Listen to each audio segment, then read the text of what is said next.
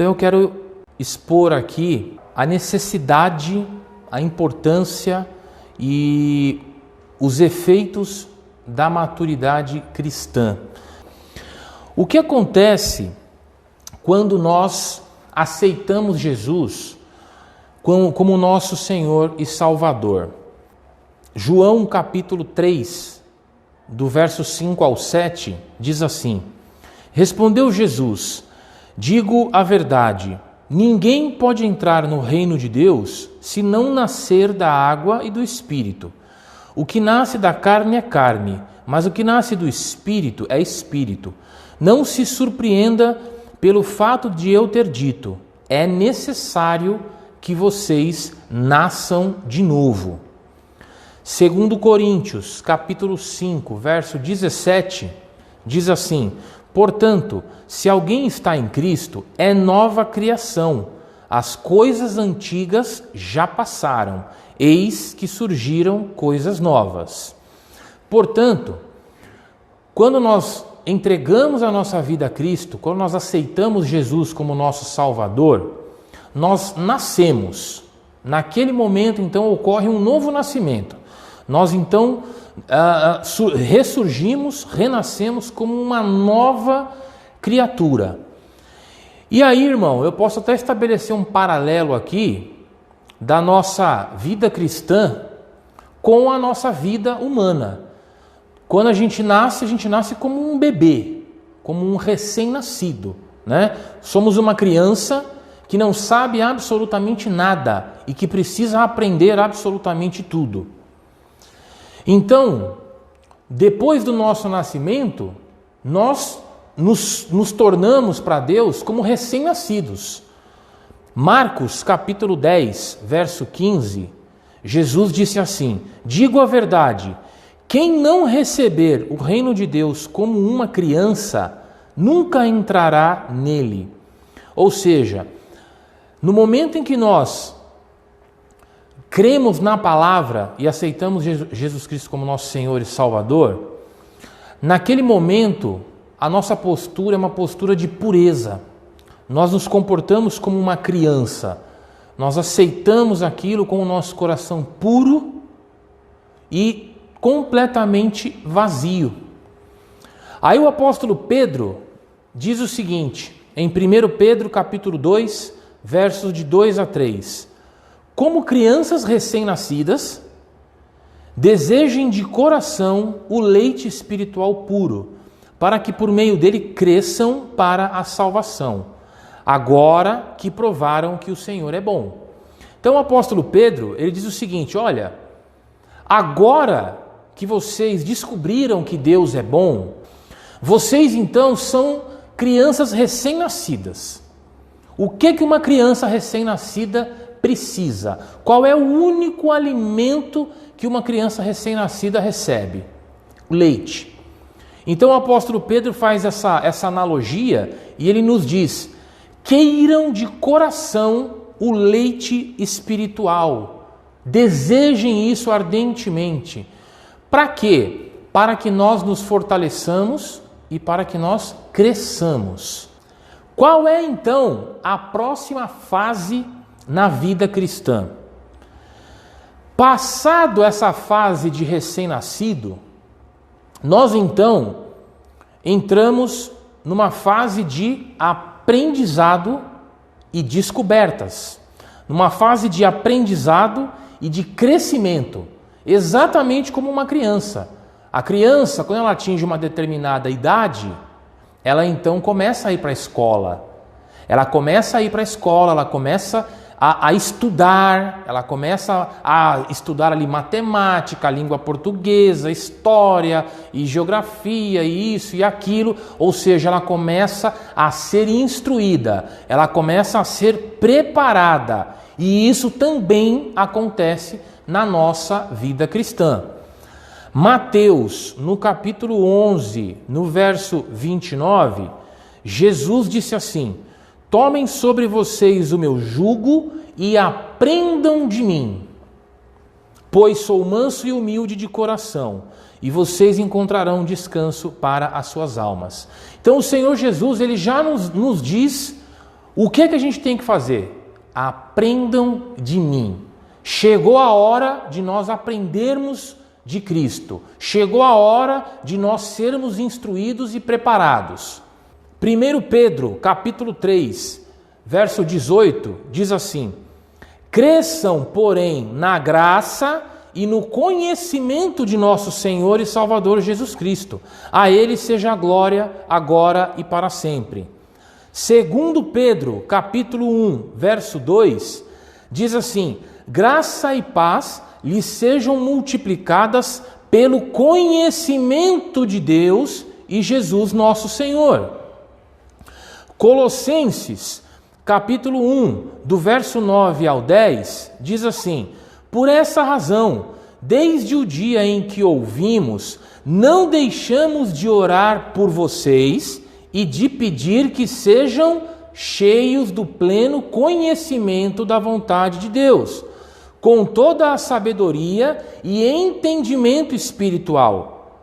E isso para que vocês vivam de maneira digna do Senhor e em tudo possam agradá-lo, frutificando em toda boa obra, crescendo no conhecimento de Deus. Portanto, é muito importante que o cristão cresça em conhecimento, que o cristão adquira conhecimento, que o cristão entenda os porquês, entenda os quandos. Nós temos que saber isso. Há um versículo na Bíblia, inclusive, que diz que nós devemos estar preparados para defendermos a nossa fé quando alguém perguntar.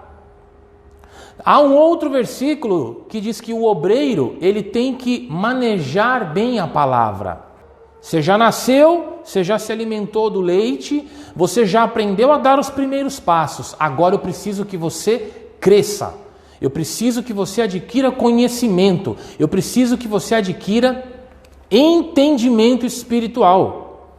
O apóstolo Paulo, inclusive, como nós lemos aqui em Colossenses, ele disse à igreja que ele orava por isso.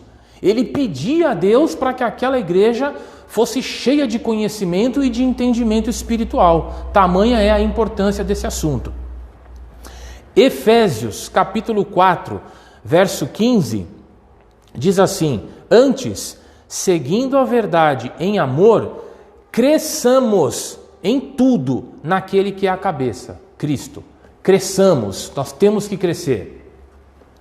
E em 1 Coríntios, no capítulo 12, verso 1, o apóstolo Paulo diz assim: irmãos, quanto aos dons espirituais, não quero que vocês sejam ignorantes. A palavra ignorantes aqui está no sentido de desinformado. Alguém que não tem informação, alguém que não tem conhecimento, uma pessoa que não foi instruída. E aí o que a Bíblia nos diz é: eu não quero que vocês sejam ignorantes. Portanto, é muito importante que nós tenhamos conhecimento bíblico e entendimento espiritual. Partindo desse princípio, então eu pergunto: nós devemos permanecer para sempre ou por muito tempo nesse estado de neófitos, de novos na fé, de novos convertidos? Com certeza não. Nós devemos amadurecer e apresentar os frutos que o Senhor espera de nós. Efésios, no capítulo 4, do verso 11 ao 13, diz assim: ele designou alguns para apóstolos, outros para profetas, outros para evangelistas e outros para pastores e mestres, com o fim de preparar os santos para a obra do ministério, para que o corpo de Cristo seja edificado, até que todos alcancemos a unidade da fé e do conhecimento do Filho de Deus, e cheguemos à maturidade, atingindo a medida da plenitude de Cristo. Para que Deus nos chamou? Para que Deus levantou apóstolo, profeta, evangelista, pastores e mestres?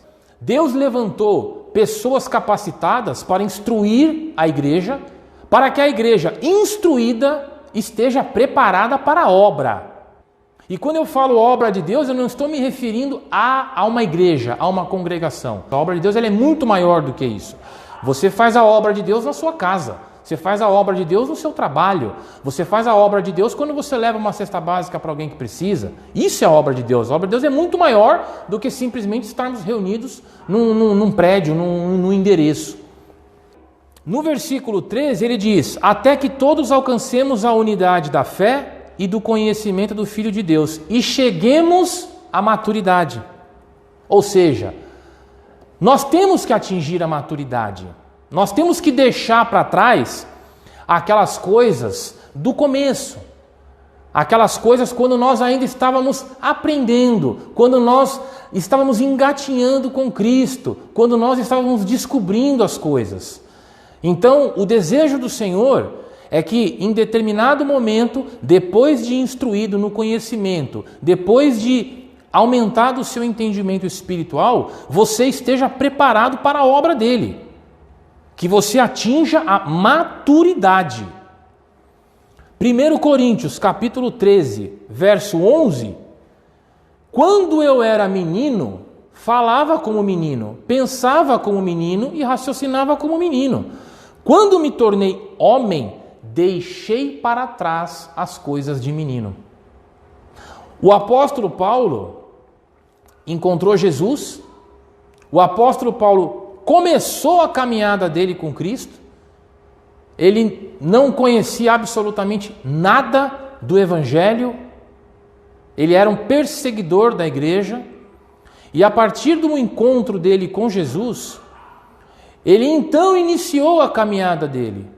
Ele então começou a vida dele com Deus. Ele engatinhava, ele estava descobrindo o que era o amor, o que era a graça. Ele estava descobrindo os dons espirituais. Ele estava se convertendo. Ele iniciou toda essa fase na vida dele. Mas chegou um momento em que ele atingiu a maturidade.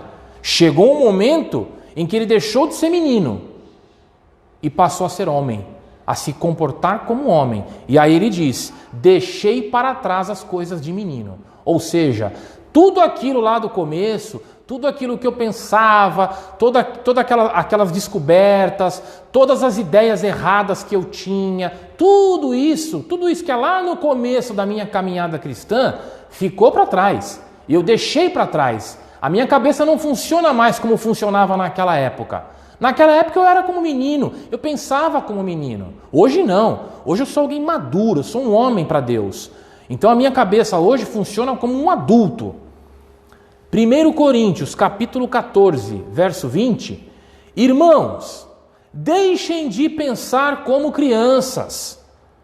Com respeito ao mal, sejam crianças, mas quanto ao modo de pensar, sejam adultos. A Bíblia nos faz um apelo. Irmãos, parem de pensar como criança. Sabe como é que criança pensa? O meu é melhor que o seu. Eu tenho, você não tem. É assim que criança pensa. A criança, ela está atenta a coisas pequenas, a coisas muito pequenas. A criança, ela tá preocupada não é com nada importante. Ela está preocupada com que hora que é o almoço, se vai ter refrigerante, se ela vai ganhar suco, se ela vai ganhar um presente no Natal ou no aniversário dela. A criança ela não se preocupa com boleto, ela não se preocupa com conta bancária, com cartão de crédito, nada disso. Ela não está preparada para isso. Ela não tem condições intelectuais de lidar com tudo isso. Isso é coisa de adulto. Portanto, para que você tenha serventia para Deus, você precisa atravessar essa fase.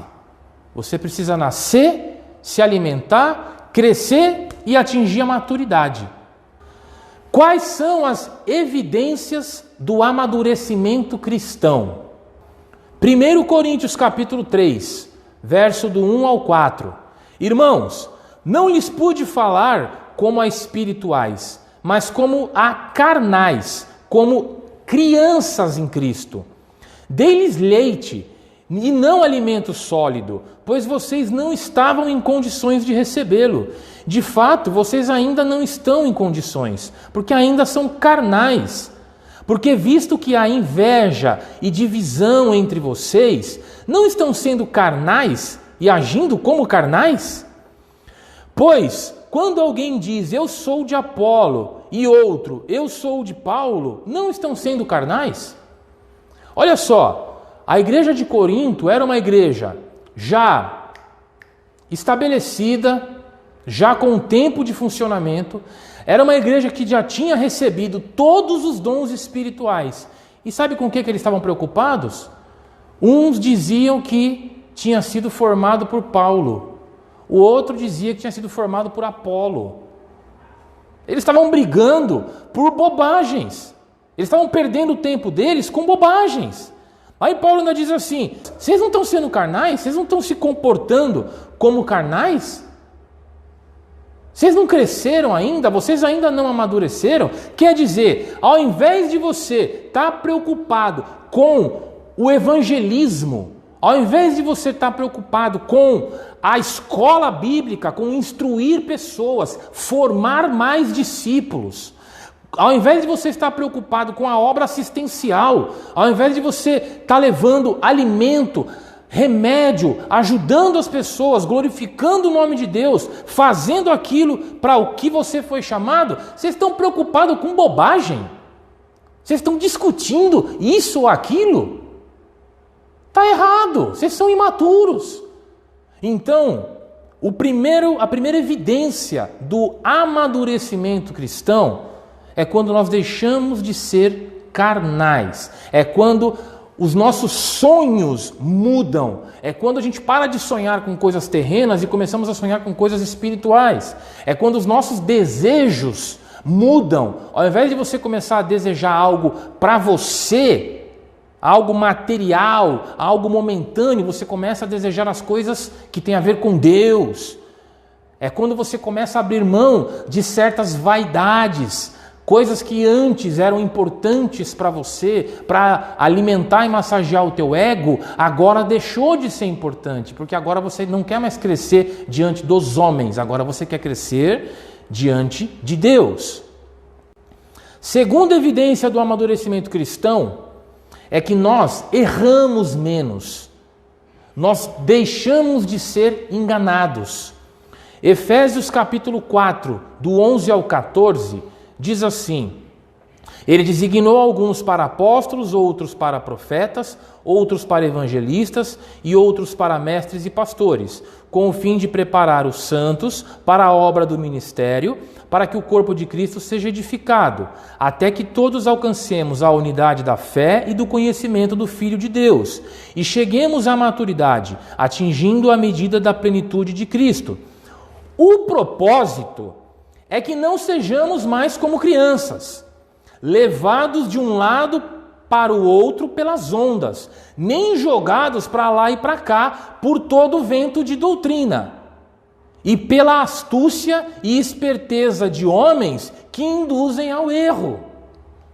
Portanto, o cristão maduro, ele conhece a doutrina dos apóstolos, ele conhece a palavra de Jesus.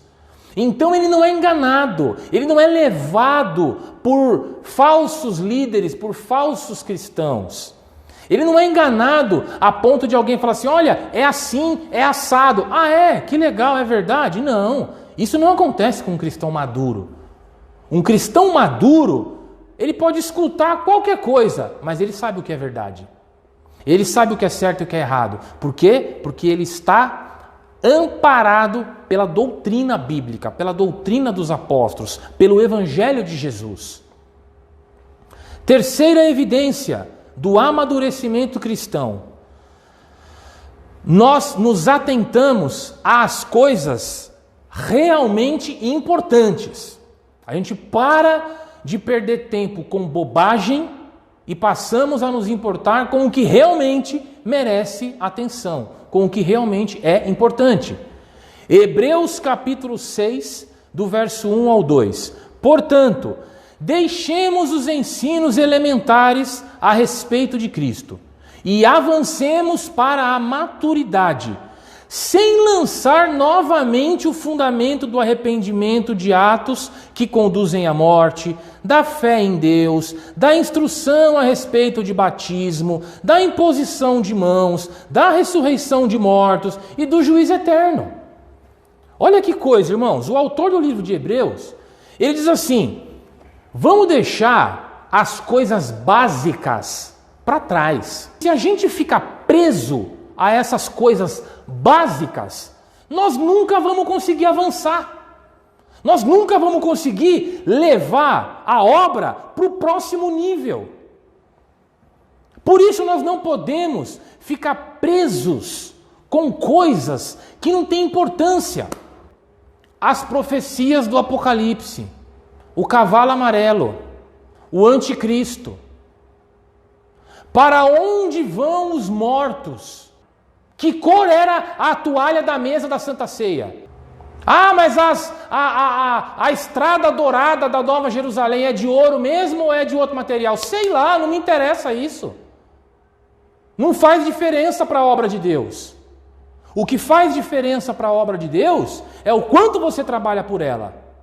É se você obedece à palavra. É se através de você outras vidas estão sendo alcançadas, transformadas, edificadas. Se as pessoas que estão tristes estão sendo consoladas, se você está orando por enfermos e eles estão sendo curados, esse é o tipo de coisa que edifica a obra. Isso é importante. Tem gente aí fora que precisa ouvir do amor de Deus. Tem gente que precisa ser salva. Tem gente que ainda não entregou a vida para Jesus. Tem gente que está passando necessidade e precisa de ajuda. Vamos avançar rumo à maturidade. Deixar de ser crentinho, bobinho, e passar a ser uns crentes maduro, adulto. Gente sábia, gente entendida. Somente os novos convertidos têm falta de maturidade? Somente os neófitos, os novos na fé, sofrem com essa falta de maturidade? Infelizmente, não. Maturidade não tem nada a ver com o tempo. Tem gente que está na igreja há 20 anos e ainda não é maduro. Tem gente que está na igreja há 20 anos e ainda está preocupado com o batismo com o Espírito Santo. Não entendeu ainda como é que funciona. Tem gente que está aí na igreja há 20 anos e acha que se fizer alguma coisa para Deus vai ser mais amado. Que acha que pode manipular a vontade do Senhor através de jejum, de campanha, de não sei o que lá. Há 20 anos. Hebreus capítulo 5, do verso 11 ao 14. Quanto a isso, temos muito a dizer, coisas difíceis de explicar, porque vocês se tornaram lentos em aprender. De fato, embora a essa altura vocês já devessem ser mestres, vocês ainda precisam de alguém que lhes ensine novamente os princípios elementares da palavra de Deus. Estão precisando de leite e não de alimento sólido. Quem se alimenta de leite ainda é criança e não tem experiência no ensino da justiça. Mas o alimento sólido é para adultos, os quais, pelo exercício constante, tornaram-se aptos para discernir tanto o bem quanto o mal. Olha aí, o autor do livro de Hebreus, ele queria tratar de assuntos mais profundos. O autor de Hebreus, ele queria falar de coisas realmente importantes, de coisas que ainda não haviam sido abordadas. Eu vou dar um exemplo. A gente precisa falar de relacionamento homem-mulher. A gente precisa falar disso. A gente precisa falar de casamento, de vida sexual. São assuntos muito profundos. São assuntos importantes. Agora, você pode falar desse tipo de coisa com qualquer um? Você só pode tratar desse tipo de assunto com pessoas maduras. Não com uma pessoa nova na fé, que vai ficar chocada. Então o autor de Hebreus, ele gostaria de tratar de assuntos profundos, de assuntos importantes, mas aí ele se depara com um monte de crente imaturo.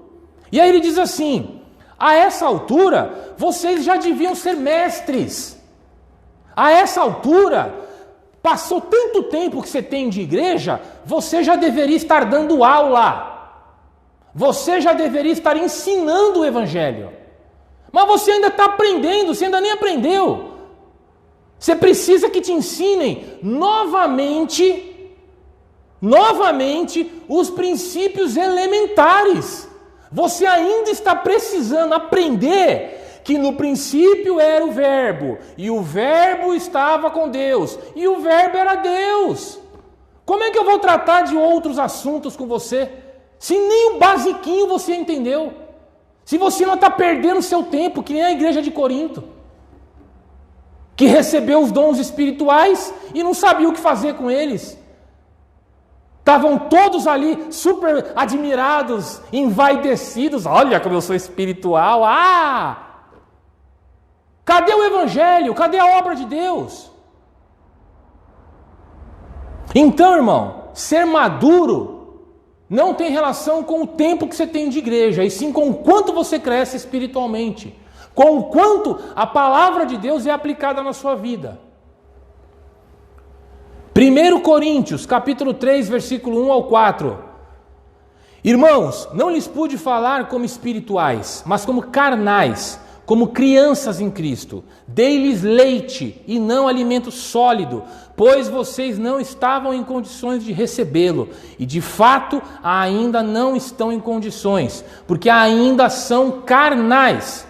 Porque visto que há inveja e divisão entre vocês, não estão sendo carnais e agindo como carnais? Ou seja, vocês ainda não estão praticando meninice? Vocês ainda não estão sendo imaturos?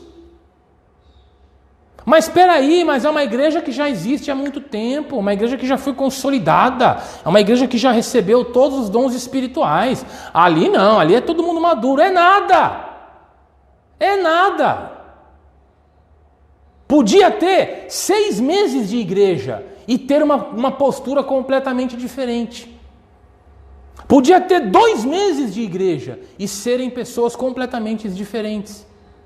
Pessoas aplicadas no aprendizado, no enriquecimento com a palavra de Deus, no entendimento espiritual. Entender o que é uma coisa, entender o que é outra coisa.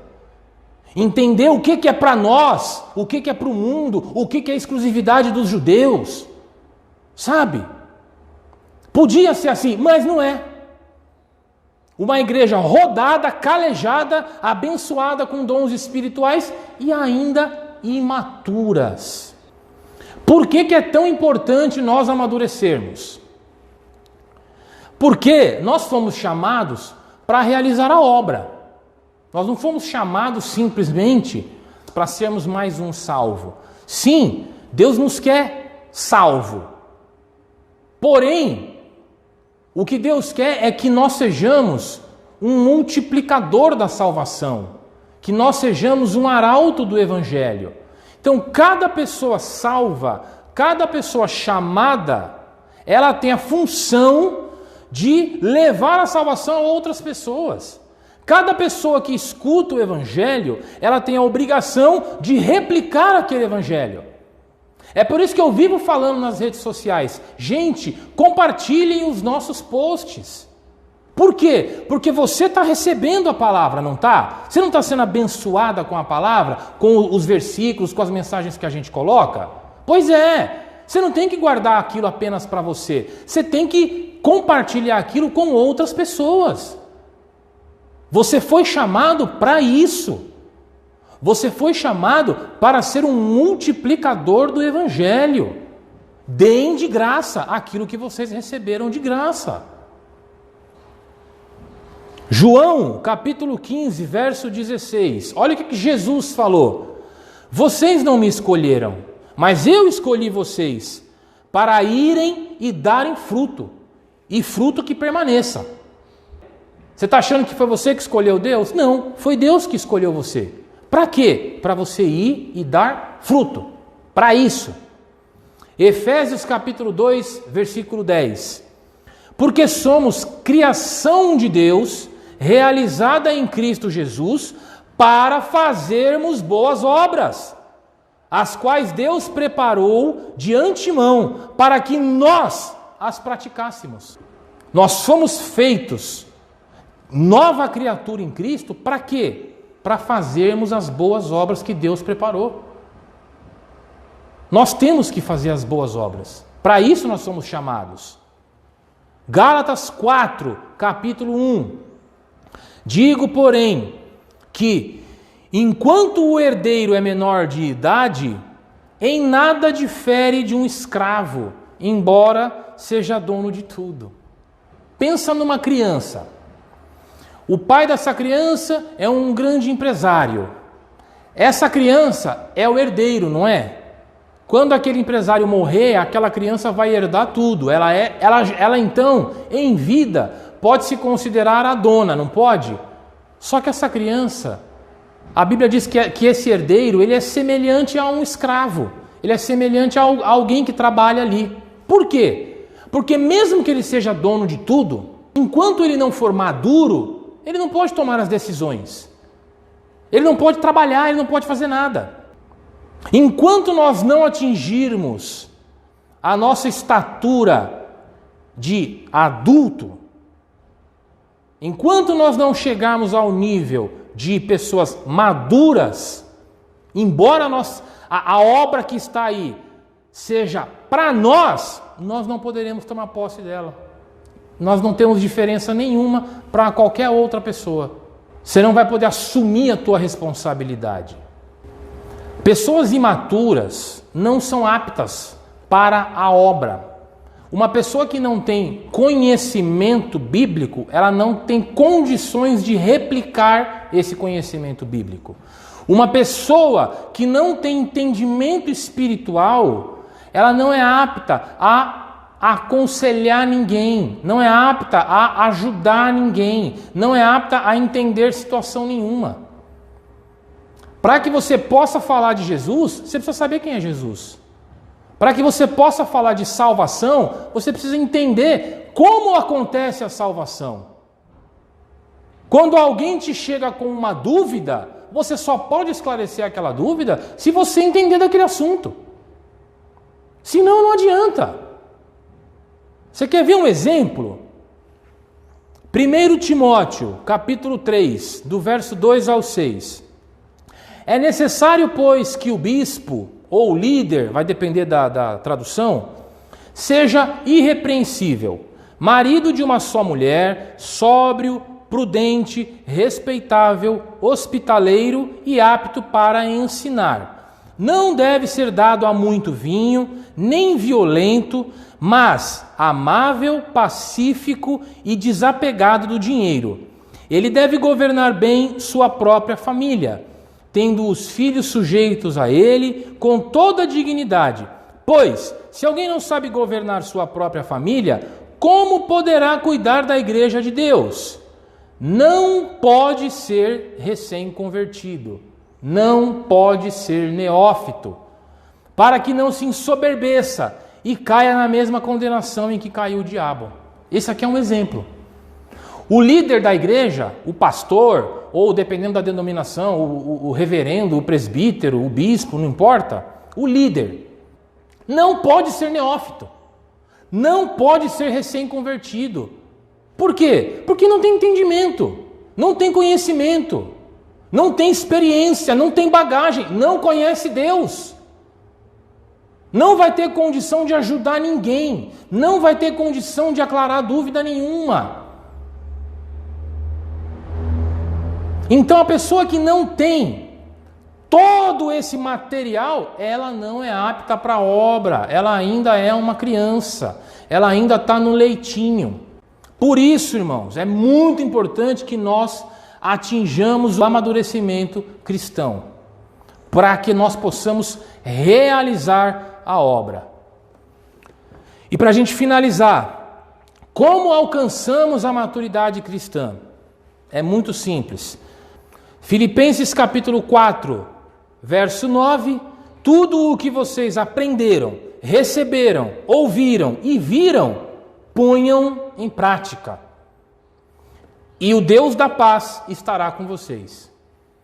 Tiago 1,22. Sejam praticantes da palavra e não apenas ouvintes, enganando-se a si mesmos.